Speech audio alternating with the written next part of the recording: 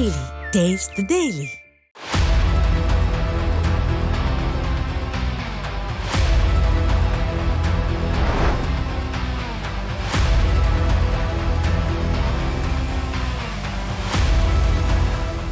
வணக்கம் நேர்களே, நியூஸ் ஜேவின் சொல்லியடி நிகழ்ச்சியில் உங்களை சந்திக்கிறதுல மகிழ்ச்சி.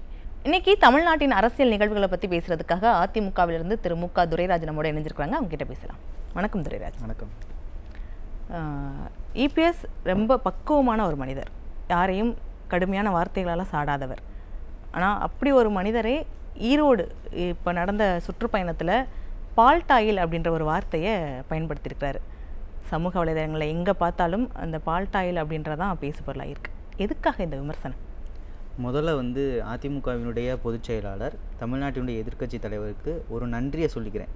ஏன்னா நான்லாம் பிறந்தது 2000 வருஷத்தில், இந்த 1/10/2000 தான் பிறந்தேன். எனக்கு வயசு 25 தான் ஆகுது. இந்த பால்டாயிலுன்ற கதையை எனக்கு சத்தியமாக தெரியவே தெரியாது. எடப்பாடியார் அவர்கள் சொன்னதுக்கப்புறம் தான், ஓ இப்படிப்பட்ட மனிதர் தான் உதயநிதியா அப்படின்னு தெரிஞ்சுக்கிற அளவுக்கு அவர் சொல்லியிருக்காரு. உண்மையில் ஒரு தமிழில் ஒரு பழமொழி இருக்குது, சாது முரண்டால் காடு தாங்காதுன்னு ஒரு பழமொழி இருக்குது. அதுக்கு உதாரணம் இப்போது கரண்ட் சுச்சுவேஷனில் பார்த்தீங்கன்னா எடப்பாடியார் அவர்கள் தான். எந்த ஒரு அரசியல் தலைவரையும் சரி, எந்த ஒரு நிகழ்வையும் சரி, அவ்வளவாக எந்த ஒரு சீரியஸாக எந்த ஒரு கருத்தையும் எதிர்கருத்து வைக்க மாட்டார். ஆபாசமாக பேசாத ஒரு தலைவர் தமிழ்நாட்டில்னா எடப்பாடியார் அவர்கள். ஆனால் எடப்பாடியாரை ஆபாசமாக விமர்சிச்சும் ஆபாசமாக சித்தரித்தும் கார்ட்டூன்கள் வெளியிடுவது, விமர்சித்து பேசுவது, அவர் முட்டி போட்டு வந்தார், தவழ்ந்து வந்தார், உருண்டு வந்தார், இவ்வளவு கேவலமாக யார் பேசுகிறது தெரியுமா?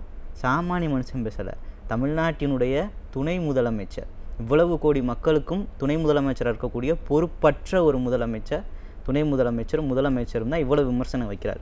இதுக்கெல்லாம் செவி சாய்க்காத எடப்பாடியார் இப்போ எதுக்கு பால்டாயில் அப்படின்னு சொல்லியிருக்காருன்னா, ஒரு அளவுக்கு தான் யாராக இருந்தாலும் பொறுக்க முடியும். நீங்கள் ஊழல் செய்யுங்க, கொள்ளையடிங்க, கொலை பண்ணுங்க, என்னமோ பண்ணுங்க. ஏன்னா உங்களுடைய வரலாறே அதுதான். உங்களுடைய தாத்தாவாக இருக்கட்டும், உங்கள் அப்பாவாக இருக்கட்டும், நீங்களாக இருக்கட்டும், அப்படிப்பட்ட வழியில் தான் வந்திருக்கீங்க.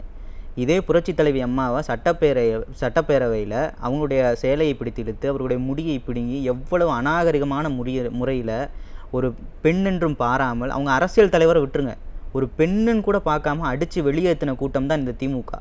இவங்களுக்கு அநாகரிகமான முறையில் பேசுகிறாங்க அப்படின்னா ஆச்சரியப்படுறதுக்கு ஒன்றுமே கிடையாது. இவங்களுடைய பிளட்டே அதுதான், ரத்தத்தோட ஊர்னதே திமுக அதுதான். இவங்களுடைய தகப்பனாரும் அப்படி தான். இப்போ இருக்கக்கூடிய உதயநிதியும் அதான் சொல்லிகிட்டு இருக்காரு. இப்போ நான் இவர்கிட்ட ஒன்று நான் கேட்கணும், இந்த மொட்டி போட்டு வந்தார் அதெல்லாம் கேட்டார்ல, இப்போது இவருக்கு எடப்பாடியாருக்கு வயது ஒரு 60-70 இருக்கும்னு நினைக்கிறேன். ஆனால் இன்னும் ஸ்ட்ராங்காக நடக்கிறாரு. ஆப்ரேஷன் பண்ணி காலம் நல்லா தான் இருக்குது, 72 வயசு. ஆமாம். கருணாநிதிக்கு 50-60 வயசுக்கு மேலேயே அவர் வீல் சேரில் உட்காந்து கடந்த ஒரு 20-30 வருஷம், அவர் இறக்கிறதுக்கு முன்னாடி 20-30 வருஷமும் நாற்காலியில் தான் உட்காந்துருந்தார், சக்கரை நாற்காலியில். அவர் முட்டி தேய்கிறதுக்கு என்ன காரணம்? இப்போ நான் ஒன்று தான் உதயநிதிட்ட கேட்கணும். இவர் முட்டி தேஞ்சு போச்சுன்னா இவர் தவழ்ந்து வந்தார்னு சொல்கிறீங்கல்ல, உங்களுடைய தாத்தா முட்டி தேய்வதற்கு எங்கே தவழ்ந்து வந்தார்? காங்கிரஸ் ஆஃபீஸில் தவழ்ந்தாரா? அவர் தானே சொல்லியிருக்காரு, 63 நாயன்மார்களை நாங்கள் சீட்டு கொடுத்து வரவேற்கிறோம்னு சொன்னது, அப்போ தவழ்ந்தாரா? இல்லைனா இந்திரா காந்தியை மதுரையில் வச்சு கல்வீசி அடித்தம்போது தெரியாத கருணாநிதி நேருவின் மகளை வருக நிலையான ஆட்சி தருகன்னு சொன்னார், அப்போ தவழ்ந்தாரா? ஓ அப்போல்லாம் தவழ்ந்தனால தான் உங்கள் தாத்தா 30 வருஷமாக சக்கர நாற்காலியில் உட்காந்துருந்தாரா? இப்படி நான் கேட்க முடியுமா? கேட்க முடியாது. நான் யார்? அதிமுகவினுடைய தொண்டன். எனக்கு தலைவர் யார்? எடப்பாடியார். இப்படிலாம் நான் பேச முடியாது. எனக்குன்னு ஒரு வரைமுறை இருக்குது. எங்களோட ரத்தம், அதிமுகவின் ரத்தம், யாரையும் ஆபாசமாக விமர்சிக்க முடியாது. மறைந்த தலைவர்களை பற்றியும் சரி, இப்போ இருக்க தலைவர்களை பற்றியும் சரி, அவர் சொன்ன மாதிரி உங்கள் தாத்தாக்கு ஏன் முட்டி போட்டாரா நான் கேட்க முடியாது. ஆனால் அவர் கேட்பார், ஏன்னா அவர் கருணாநிதியோட பேரன், நான் எடப்பாடியினுடைய தொண்டன். 2 பேருக்கும் வித்தியாசம் இருக்குது. இப்போ இவர் பால்டாயில்னு சொன்னது உண்மையில் அவர் பால்டாயில் தான். நம்பிக்கை இருக்கா இல்லையா உங்களுக்கு அவர் சொன்ன மேலே? ஒரு ஆங்கராக உங்களுக்கு அவர் எதுக்கு சொன்னார்னு தெரியுமா? தெரியாது. இப்போ உங்களுக்கு ஒரு பிரச்சனை இல்லை, உங்களுக்கு ஒரு டவுட்டு எதுனா என்ன பண்ணுவீங்க? இப்போ எடுத்தோடனே உங்கள் மொபைல் ஃபோன் எடுத்து என்ன பண்ணுவீங்க? கூகுளில் போட்டு பார்ப்பீங்க, கரெக்டாக? இப்போது நான் சொல்கிறேன், தயவு செய்து உங்கள் மொபைல் எடுத்து எல்லாரும் இந்த நேயர்களுக்கு கூகுளில் போய் தமிழில் பால்டாயில் மட்டும் போட்டு பாருங்கள். யாரோட ஃபோட்டோ வருதுன்னு பாருங்கள். யாரோட ஃபோட்டோ வருது? உதயநிதியோட புகைப்படம் வருது. நீங்கள் என்ன செஞ்சுருக்கீங்க? சுதந்திரத்துக்காக போராடி பால்டாயில் குடிச்சிங்களா? இந்த நாடு விடுதலைக்காண்டி பால்டாயில் குடிச்சிங்களா? உங்கள் அப்பா சொல்கிறாரு மிசா சட்ட கதைகள், அதுக்காண்டி பால்டாயில் குடிச்சிங்களா? எதுக்காக பால்டாயில் குடிச்சிங்க தெரியுமா? கேவலம் வெளியே சொன்னான். அதை கூட நாகரிகமான முறையில் நீங்கள் எதுக்காண்டி பால்டாயில் குடிச்சிங்க அப்படின்னு கூட வெளியில் சொல்லாமல், பால்டாயிலாம் என்னை பற்றி பேசுதுன்னு அவர் பேசியிருக்காரு. உண்மையில் உதயநிதி எடப்பாடியாருக்கு நன்றி சொல்லணும். ஏன்னா இந்த பால்டாயில் கதை இன்னும் 50 வருஷத்துக்கு ஓடும். பால்டாயில் பாய் அப்படின்னாவே உதயநிதி பேர் தான் ஞாபகத்துக்கு வரப்போகுது.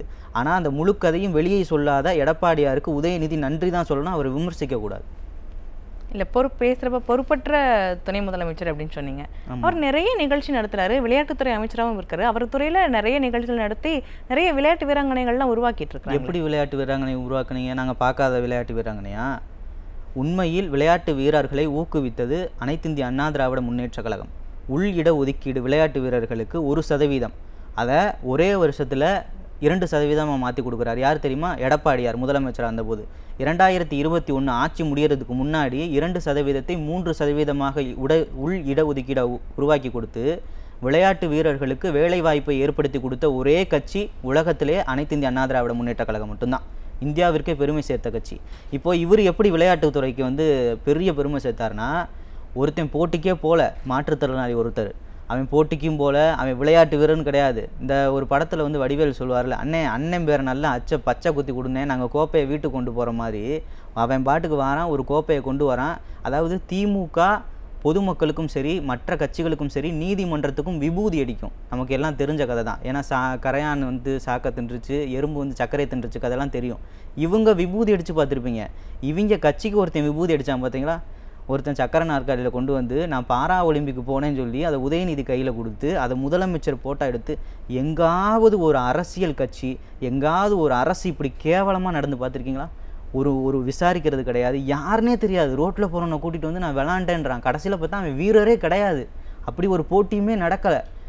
அதுதான் மிகப்பெரிய சாதனை உதயநிதி செஞ்சது. அது வந்தது யாருன்னு முதலமைச்சருக்கும் துணை முதலமைச்சருக்கும் தெரிய வேண்டிய அவசியம் இல்லையா? அது பார்க்க வேண்டியது உளவுத்துறையோட வேலை. இதில் முதலமைச்சரையும் துணை முதலமைச்சரையும் குற்றம் சாட்ட வேண்டிய அவசியம் இல்லைல்ல. நீங்கள் எந்த துறைக்கு அமைச்சராக இருக்கீங்க? விளையாட்டுத்துறைக்கு அமைச்சராக இருக்கீங்க. என்ன விளையாட்டு நடைபெறுதுன்னு உங்களுக்கு தெரியணும். எத்தனை வீரர்கள் போகிறாங்க, அவங்களுக்கு என்னென்ன வசதிகள் செய்யப்பட்டிருக்குன்றதுன்னு நீங்கள் பார்க்கணும். உங்களுக்குன்னு ஒரு தொகுதி இருக்குது, அந்த வேலையும் பார்க்கணும். அப்போ நீங்கள் உங்களுடைய வேலைகளை செய்ய மறந்து, உங்களுடைய கடமைகளை செய்ய மறந்து, சினிமா மோகத்தில் யாராவது ஒருத்தன் மியூசிக் டைரக்டர் மியூசிக் ஷோ வைக்கிறான், இல்லை எங்கேயாவது செஸ்ஸு போட்டி வைக்கிறான், இல்லை கார் ரேஸ் வைக்கிறான்னா அங்கே குடும்பத்துடன் சென்று போய் பார்க்குறது. இப்போ கூட துபாய் போயிருக்காரு, அவங்களோட பையன் பிள்ளைக்கு காலாண்டு தேர்வு விடுமுறையை கொண்டாடுவதற்காக குடும்பத்துடன் போயிருக்காரு. இந்த மாதிரி போனால் விளையாட்டுத்துறையில் யார் விளையாடுறான்னு உங்களுக்கு தெரியும். இல்லைன்னா உங்களுக்கு விபூதி தான் அடிப்பான். துபாய் போயிருந்தாலும் கரூருக்கு வர வேண்டிய இடத்துக்கு மரியாதை செலுத்திட்டு தானே போனார். எப்படி வந்தார்? ஒரு நிமிஷத்தில் வாராப்பில் விஷயம் கேட்டவொடனே ஃப்ளைட்டு பிடிச்சி வராரு, தனி விமானம் இறங்குறாரு. திடீர்னு வாராரு, 5 நிமிஷம் நிற்கிறாரு, ஒரு அழுகையை போடுறாரு, ஃபோட்டோ பிடிக்கிறாரு, பேசுகிறாரு. ஷூட்டிங் முடிஞ்சு க்ளோஸ், மாரி செல்வராஜ் எடுக்கிற படம் மாதிரி ஷூட்டிங் முடிஞ்சு அடுத்த நிமிஷம் திருச்சியிலேருந்து துபாய்க்கு தனி விமானம் மூலமாக போகிறாரு. நீங்கள் எதுக்காண்டி வந்தீங்க? நீங்கள் ஒரு நாட்டினுடைய துணை முதலமைச்சர் தானே. இன்சிடென்ட் நடந்திருக்கு, அந்த நிகழ்வு நடந்திருக்கு, கூட மக்கள் கூட இருக்காமல் நீங்கள் ஃபோட்டோ பிடிச்சிட்டு போகிறதுக்கு நீங்கள் அங்கேருந்தே வீடியோ காலில் பேசிட்டு போயிடலாமே, விஜய் மாதிரி. இப்போ விஜய்மா தானே பண்ணுறாரு, வீட்டிலேருந்து வீடியோ கால் பேசுகிறாரு, நீ துபாயிலேருந்தே வீடியோ கால் பேசலாமே. இதுக்கு துணை முதலமைச்சர் தேவையா? நீங்கள் முதலமைச்சர் துணை முதலமைச்சர் பற்றி இவ்வளோ குற்றச்சாட்டுகள் வைக்கிறீங்க. இப்போ கூட்டணி கட்சிகளையும் நம்ம பார்க்க வேண்டியது இருக்குது. ஏன்னா இப்போது தமிழ்நாட்டில் பெருசாக பேசு பொருளாகி இருக்கிறது அப்படின்றது விசிக தலைவர் அவரோட கார் ஒருத்தர் வழக்கறிஞர் மேலே இடித்து விசிக தொண்டர்கள்லாம் அவளை அடிச்சிட்டாங்க அப்படின்றது ஒரு மிகப்பெரிய ஒரு பரபரப்பையும் பேசு பொருளாகியும் இருக்குது. ஸோ இதில் உங்கள் பார்வை என்ன?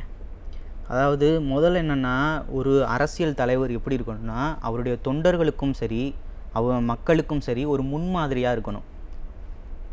எடுத்துக்காட்டாக சொல்லணும்னா, புரட்சி தலைவி அம்மா அவங்க ஒரு இரும்பு பெண்மணின்னு சொல்கிறாங்க. இதுவரைக்கும் எத்தனையோ பெண்களுக்கு அவங்க ஒரு ரோல் மாடல், முன்மாதிரியாக இருந்திருக்காங்க. புரட்சி தலைவராக இருக்கட்டும். இப்போ இருக்கக்கூடிய எடப்பாடியார் என்ன சொல்கிறாங்கன்னா, கிளை கழகத்துலேருந்து இப்படி ஒருத்தர் முதலமைச்சராக வராரு, முடியும்னா அது அதிமுகவில் முடியும், எடப்பாடியார்னால் முடியுது, நம்மளாலையும் நாளைக்கு முடியும் அப்படின்ற ஒரு எண்ணம் கொடுக்குறாங்க. பார்த்தீங்களா? இந்த ரோல் மாடல் இருக்கணும். இதே மாதிரி எடப்பாடியார் முன்னாடி நடந்திருந்தால் என்ன பண்ணுவீங்கன்ற மாதிரிலாம் திருமாவளவன் கேட்டிருந்தார்.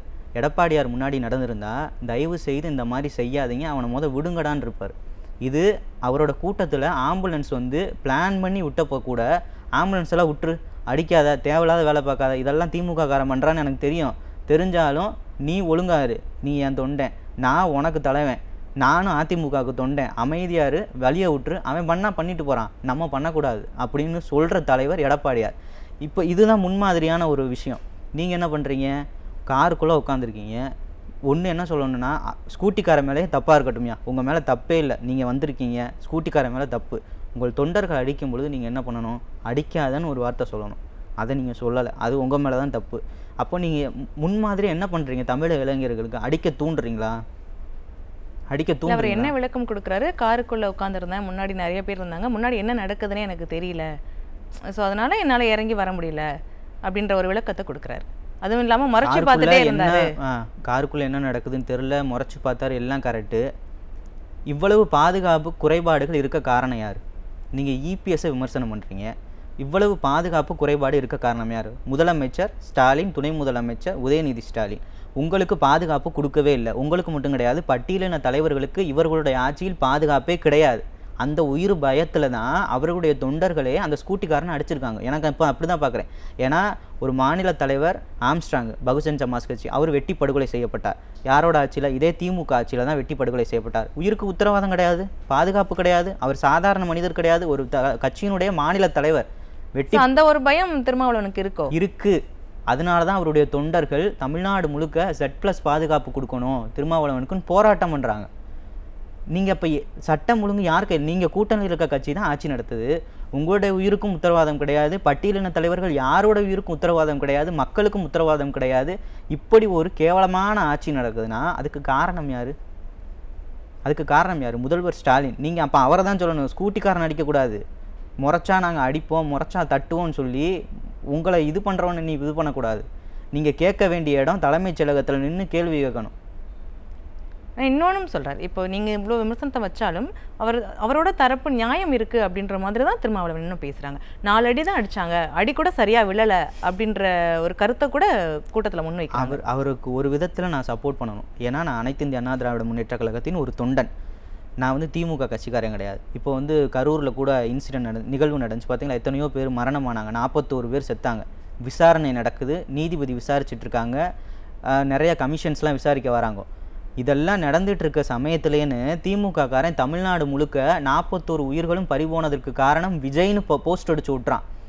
இப்படிப்பட்ட அரசியலை அதிமுகவோ எடப்பாடியாரோ பண்ணலை. திருமாவளவன் கார் போகும்போது ஸ்கூட்டி வந்துருச்சு, 2 பேர் மேலேயும் தப்பு. அது சொல்கிறது யார்? அதிமுக. திருமாவளவனை மையப்படுத்தி சொல்லலை.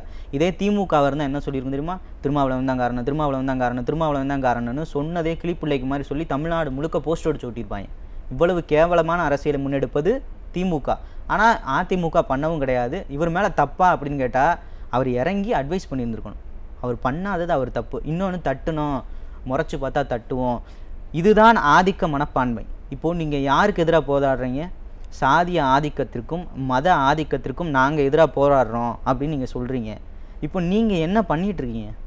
ஒருத்தன் முறைச்சா அடிப்போன்னா நீங்கள் என்ன பண்ணிகிட்ருக்கீங்க? நீங்க சொன்ன மாதிரி ஒடுக்கப்பட்ட மக்களுக்கான தலைவர் அப்படின்னு தன்னை முன்னிலைப்படுத்திக்கிற திருமா தாங்களும் ஒரு ஆதிக்க சாதியினரை போல ஆகணும் அப்படின்றதுக்கான முன்னெடுப்பை எடுத்திருக்காங்க அப்படின்னு பார்க்கலாமா? இதை 100% திருமாவளவன் அவர்கள் அவருடைய முன்னெடுப்பு திமுக கூட்டணியில் போனதுக்கப்புறம் அப்படி தான் இருக்குது. ஏன்னா ஆதிக்க சாதியின் மனப்பான்மையும் ஆதிக்க வெறியும் திமுக கூட்டணிகிட்ட இருக்கும், திமுக கட்சியில் இருக்கும். அந்த கூட்டணியில் திருமாவளவன் இறைந்ததுக்கு பிறகு அவருக்கும் அதே மனநிலை தொட்டுக்குச்சு. வேற மாற்று கருத்தே கிடையாது. அடிப்போம், முறைப்போம். இதுதான் மதுரையில் நடந்துச்சு. அவங்களுடைய கட்சிக்கு எதிராக, அழகிரிக்கு எதிராக ஒரு பத்திரிகை செய்தி வெளியிடப்படுகிறது. அதை அடுத்த நிமிஷம் தினகரன் பத்திரிகை எரிக்கப்படுகிறது. அத்தனை பேர் படுகொலை செய்யப்பட்டாங்க. தோழர் லீலாவதி எப்படி கொண்டாங்க தெரியுமா? கம்யூனிஸ்ட் இன்னைக்கெல்லாம் கூட்டணி வெக்கக்கேடு. அவங்க தோழர் லீலாவதி கவுன்சிலர் படுகொலை செய்யப்பட்டார். சரி, அதெல்லாம் விட்டுருவோம், பல வருஷம் ஆச்சு. நேற்று புதிய தலைமுறை இவங்களுக்கு எதிராக செய்தி வெளியிட்டாங்க, உண்மையை சொல்லிட்டாங்கன்னு அரசு கேபிள்ல இருந்தே அந்த டிவியை தூக்கிட்டாங்க. இப்படிப்பட்ட ஆதிக்க மனநிலை கொண்ட கட்சியுடன் கூட்டணி வச்சா அப்புறம் அவர் கட்சி எப்படி இருக்கும்? ஆதிக்க மனநிலையோட தான் இருக்கும். திருமாவளவனை பற்றி பெரிய விமர்சனங்களை வச்சுருக்கிறீங்க, பார்க்கலாம்.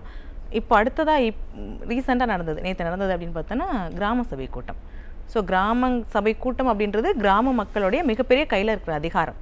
ஸோ அந்த கிராமத்துக்கு என்ன வேணும், மக்களோட தேவை என்ன அப்படின்னு அதிகாரிகள் நேரடியாக போய் தெரிஞ்சு பார்த்துக்க வேண்டிய ஒரு கூட்டம். இதை ஸ்டாலின் காணொலியில் நடத்துகிறார். கிட்டத்தட்ட 1000 கூட்டம், கிராம சபை கூட்டங்கள் நடத்தப்பட்டிருக்கு.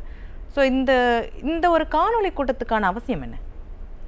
இந்த காணொலி கூட்டத்துக்கான அவசியம் என்னென்னா, எலெக்ஷன் நெருங்கிடுச்சு. அதாவது திருமாவளவன் பல பேட்டியில் சொல்லியிருக்காரு, நாங்களாம் பரீட்சைக்கு வந்து 10 மாதமாக படிக்கிறவங்க கிடையாதுடா, பரீட்சைக்கு நாள் படிக்கிறவங்கடான்னு. அது மாதிரி ஸ்டாலின் அவர்கள் வந்து நாங்கள் வந்து 5 வருஷம்லாம் வேலை பார்க்க மாட்டோம், எலெக்ஷனுக்கு 4 மாதத்துக்கு முன்னாடி தான் வேலை பார்ப்போம், அந்த குரூப்பு ஸ்டாலின் குரூப்பு. இப்படி இவ்வளவு கேவலமான ஒரு அரசை நான் எங்கேயுமே பார்த்ததே கிடையாது, இந்தியாவில் எங்கேயுமே பார்த்தது கிடையாது. காணொலி வாயிலாக முதலமைச்சர் பேசிட்டு இருக்கும்போதே நிறைய மக்கள் எதிர்ப்பு தெரிவித்த காட்சிகள்லாம் நிறைய இருக்கு. அதில் மனு கொடுக்க போன ஒரு பெரியவரை ஒரு 2 மாதத்துக்கு முன்னாடி மனு கொடுக்க போன பெரியவரை அடித்து வெளியே அனுப்புனாங்க. என்னடா கேட்டால், ஆமாம் உங்களுடன் ஸ்டாலினில் அவர் என்ன கேட்குறாருன்னா, ஐயா என்கிட்ட பட்டா இருக்குது, இந்த ஏதோ நிலத்தை அபகரிக்க பார்க்குறாங்க, சம்திங் இதை பார்த்து கொடுங்கயா அப்படின்னு சொன்னதுக்கு, அதெல்லாம் முடியாது வெளியே போட நாயன்னு சொல்லி அடித்து விரட்டி அந்த தாத்தா மேலே கேஸை போட்டாங்க. அதிகாரி மேலே போடல, மனு கொடுக்க போன பொதுமக்கள் மேலே கேஸ் போடுறாங்க. மக்கள் பயப்படுறாங்க. கிராம சபை கூட்டத்துக்கு போகிறதுக்கும் சரி, உங்களுடன் ஸ்டாலின் திட்டத்துக்கும் போகிறதுக்கும் சரி, உயிரை கையில் பிடிச்சிட்டு போகிறாங்க. ஏன்னா நம்ம வீட்டில் கேஸ் விழுந்துருமோன்னு. இந்த காணொலி கூட்டங்கள்லாம் அவங்களுக்கு கை கொடுக்குதா இல்லை தேர்தலில் எப்படி எதிரொலிக்குது அப்படின்றத பார்க்கலாம். நேரத்தை செலவிட்டதுக்கு மிக்க நன்றி. நன்றி. நேர்களை மீண்டும் ஒரு நிகழ்ச்சியில் சந்திக்கலாம். நன்றி, வணக்கம்.